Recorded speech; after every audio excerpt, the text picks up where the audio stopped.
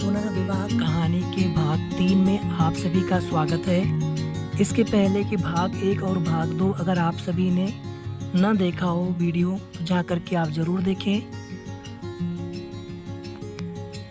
ये एक ऐसी कहानी है जो आपके दिल को छू जाएगी।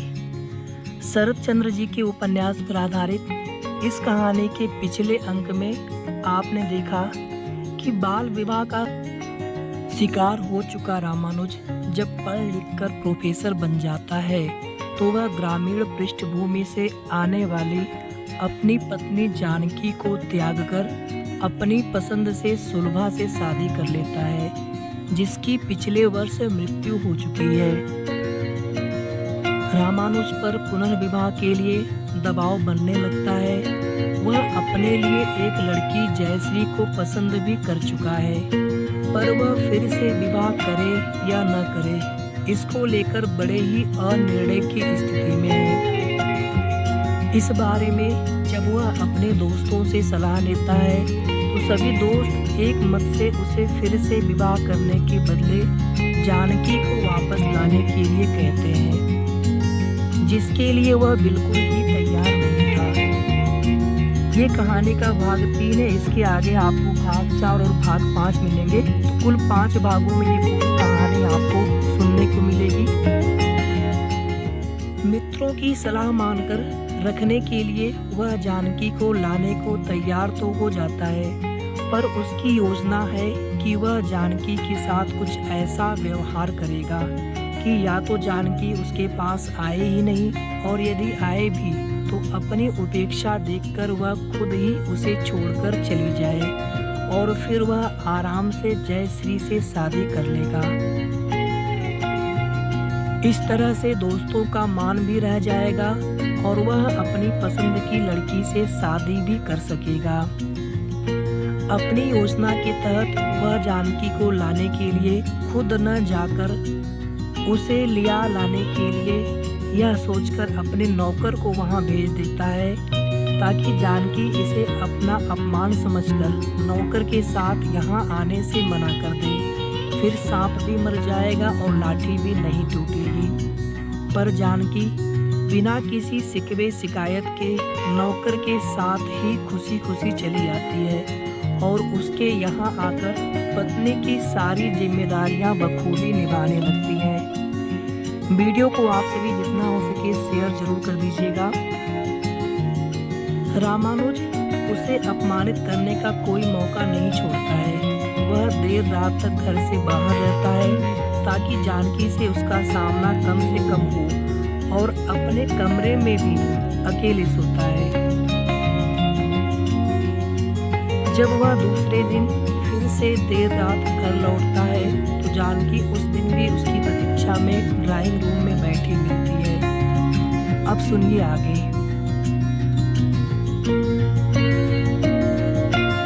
मैंने कहा था न तुमसे कि मेरी चाकरी को घर में नौकर है, तुम्हें चिंता करने की आवश्यकता नहीं है। नौकरों को मैंने छुट्टी दे दी है, मुझसे बिना पूछे। मैं आपकी पत्नी हूँ, कुछ निर्णय लेने का अधिकार तो मुझे भी है ना। अब मैं आ गई हूँ तो फिर नौकरों की क्या जरूरत है। वैसे इस घर में काम ही कितना है। जानकी ने कुछ गलत तो नहीं कहा था, लेकिन रामानुज उसकी बात सुनकर खींच सा गया। वह मन ही मन सोचने लगा कि यह तो बेवजह ही अधिकार जता रही है और घर में घुसपैठ करने की कोशिश भी कर रही है, लेकिन उससे कुछ भी बोलते नहीं बना। उस दिन वह रात भर ठीक से सो भी नहीं पाया, इसलिए सुबह जल्दी उठकर भागने की उसकी योजना भी आज विफल हो गई। वीडियो को आप सभी लाइक जरूर कर दीजिएगा। सुबह सुबह जानकी से उसका सामना तो होना ही था। आज उसे उठने में देर हुई तो जानकी चाय का ट्रे लेकर ऊपरी तले पर उसके बेडरूम में पहुंच गई। जानकी को अचानक अपने कमरे में पाकर बेचारा रामानुज अपने अस्त व्यस्त कपड़ों को इस तरह से संभालने में लग गया जैसे कि कोई पराई स्त्री उसके कमरे में घुस आई हो और उसने उसे इस तरह से अधनंगा देख लिया हो। कपड़े ठीक करते हुए ही वह बोला, तुम यहाँ क्यों आई? चाय देने?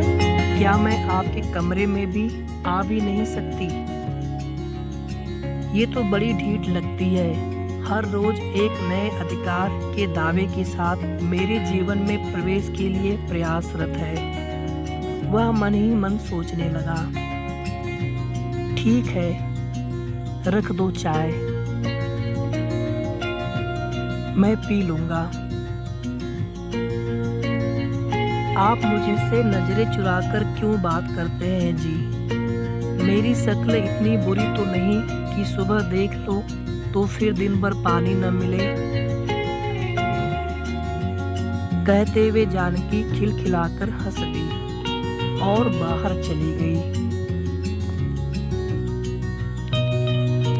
रामानुज ने आज पहली बार जानकी को नजर उठाकर देखा था।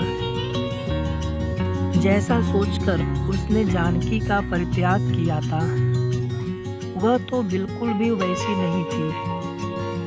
सुंदरता में सुलभा से वह जरा सी भी 19 नहीं थी और न ही उसका रहन सहन ही कहीं से भी खराब था।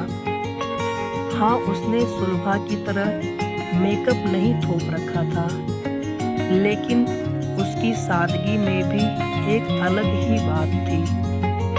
अगले ही पल रामानुज को लगा कि वह यह सब क्यों सोच रहा है। उसे इन सब चीजों से क्या मतलब, वह चाहे जैसी भी दिखे। रामानुज चाय पीकर जब नीचे उतरा तो उसे अपना घर एकदम बदला बदला सा लगा। पूरा घर अगरबत्ती की खुशबू से महक रहा था। शायद अभी अभी जानकी पूजा करके उठी है।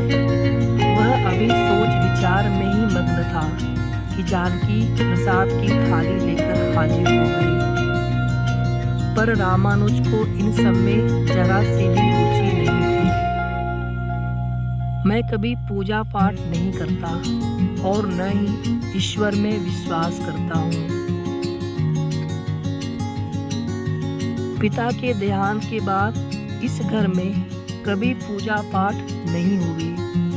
बेहतर होगा कि तुम भी अपनी नौटंकी इस घर में न चलाओ और न ही इस घर को अपने अनुसार चलाने का प्रयास करो। रामानुज ने जानबूझकर जानकी से बहुत सख्ती से ये बातें कही थी, लेकिन आशा के अनुरूप जानकी के चेहरे पर उसे कोई रोष नजर नहीं आया। मैं अपने अनुसार घर चलाने का प्रयास नहीं कर रही हूँ। हाँ, लेकिन जब तक इस घर में हूँ पूजा पाठ का अपना नियम नहीं बदलूंगी। बरसों पूजा करके ही तो आपको पाया है। अब अगर पूजा पाठ छोड़ दूंगी तो ईश्वर समझेंगे कि मैं स्वार्थी हूँ। काम बन गया तो उन्हें भुला बैठी। जानकी फिर खिलखिलाकर हंस पड़ी और किचन में चली गई। अब तो रामानुज फिर से अचंभित रह गया। जिस स्त्री का उसके पति ने अकारण ही परित्याग कर दिया हो, उस पति के लिए कोई स्त्री कैसे व्रत उपवास या पूजा पाठ कर सकती है, और वह ऐसा किस विश्वास के बल पर करेगी। शायद जानकी ने रामानुज के मन की बात पढ़ ली थी, इसलिए बोली, मुझे विश्वास था कि ईश्वर मेरे साथ बुरा नहीं करेंगे। कहते हैं कि शादी 7 जन्मों का बंधन होता है, जोड़ियां ऊपर वाला बनाता है। जन्म जन्मांतर का रिश्ता भला ऐसे टूटता है। सोचने लगा कि इतना विश्वास एक ऐसे व्यक्ति पर जिसे उसे परखने का भी कभी मौका नहीं मिला, रामानुज हैरान था। ऐसा कैसे हो सकता है? यह कोई नारी है या नारी के रूप में कोई तपस्विनी? दूसरे ही पल उसके दिमाग ने कहा, नहीं, यह सब बकवास है। मुझे फांसने और अपनी ओर आकर्षित करने की कुशल चाल है, लेकिन मैं इसकी बातों में नहीं आने वाला हूँ।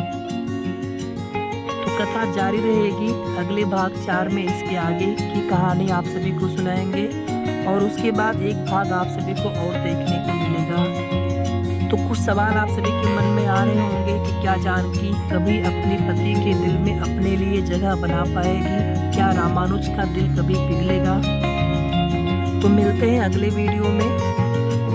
और इसके पहले की भाग 1 और भाग 2 आप सभी जरूर देख लीजिएगा और इसके आगे भाग 4 और भाग 5 देखना न भूलें। वीडियो को आप सभी प्लीज़ लाइक करके शेयर जितना हो सके कर दीजिएगा और अगर आपने अभी तक चैनल को सब्सक्राइब न किया हो तो सब्सक्राइब भी कर लीजिएगा।